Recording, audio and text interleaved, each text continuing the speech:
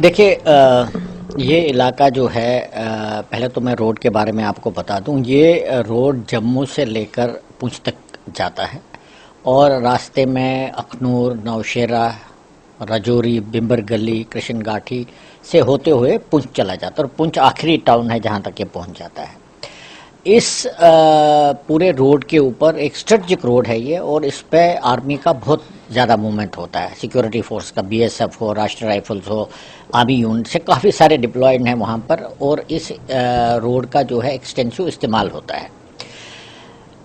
इस रोड के दाहिने में जब आप जम्मू से पुंछ जाते हैं और जिस इलाके में ये हादसा हुआ है, उस इलाके में जो रोड का दाहिने वाला भाग है वो आमतौर पर उसमें वो एक खाई जैसी है, और क्योंकि साथ में उसमें नौशेरा नाला बहता है, और लेफ्ट साइड में पहाड़ी इलाका है, जंगल का इलाका है, कहीं कहीं थोड़ा सा प्लेन है, लेकिन 90% जो है पहाड़ी इलाका है और थिक फॉरेस्ट से कवर किया हुआ है।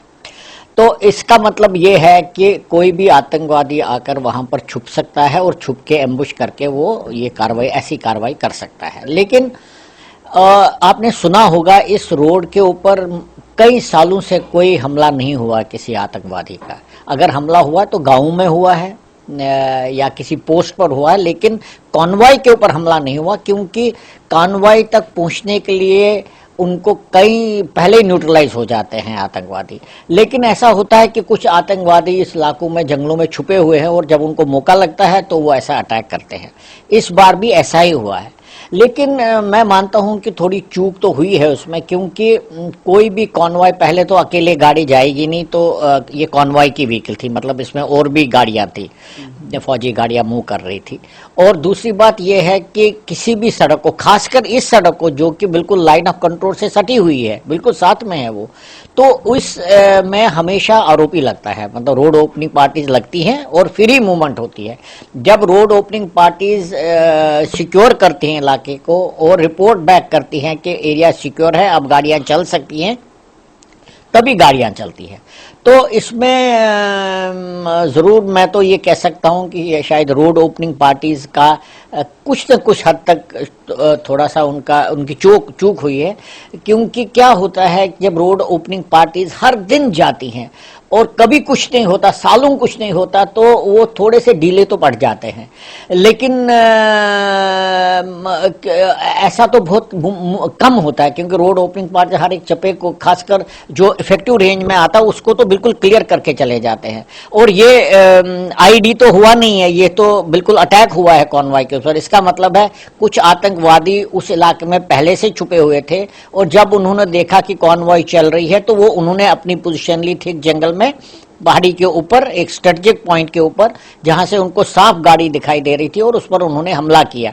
और इस हमले में 100% वो अपने डायरेक्ट फायरिंग वेपन, जगह एके हुआ या कोई और ऐसे राइफल्स का इस्तेमाल करते हैं जो भी उनके पास होगा, और ग्रेनेड्स का तो आमतौर पर इस्तेमाल होता है, क्योंकि ग्रेनेड से कैजुअलिटी ज्यादा हो जाती है। और अगर वो गाड़ी के ऊपर पड़ा ग्रेनेड, और वहां गाड़ी में तो इन्फ्लेमेबल मटेरियल बहुत सारा होता है, पेट्रोल ही होता है इतना सारा, तो वो आग कैच करता है। और इस बार ऐसा ही हुआ है। जनरली ग्रेनेड फट जाता तो कहीं, क्योंकि गाड़ी चल रही होती है और ग्रेनेड दूर से आता, वो गाड़ी की मूवमेंट से इधर उधर चला जाता है, और रास्ते में फटता तो उसका डैमेज इतना नहीं होता, क्योंकि गाड़ी के अंदर लोग होते हैं। लेकिन ये पॉसिबल है कि ग्रेनेड गाड़ी के अंदर ही फटा है, और जिससे इन्फ्लेमेबल मटेरियल जो है एकदम से उसने आग पकड़ ली, और जवानों को मौका ही नहीं लगा बाहर निकलने का। और मैं मानता हूं कि ये एम्बुश तभी कामयाब होता है जब उसमें एम्बुश करने वाला कंप्लीट सरप्राइज हासिल करे, और मुझे लगता है इसमें ऐसा ही हुआ है। ये अलग बात है कि इनको छोड़ा नहीं जाएगा, क्योंकि इन्होंने रहना वही है, और इंटेलिजेंस सिस्टम, हमारे जो सोर्सेज हैं, वो 1-2 दिन में इनके बारे में पता करेंगे और बता देंगे, और इनका खात्मा ज़रूर हो जाएगा। लेकिन ये दुखद घटना है, और मेरे ख्याल से बहुत बड़ी घटना है ये, क्योंकि मैंने इसी एरिया में कई साल नौकरी की है, और हमने तब भी नहीं ऐसा देखा था। जंगलों में मुठभेड़ होती थी, जंगलों में आतंकवादी मिलते थे, उनसे मुठभेड़ होती थी, लेकिन एक मेन रोड के ऊपर कभी ऐसा हमने नहीं देखा था उस टाइम।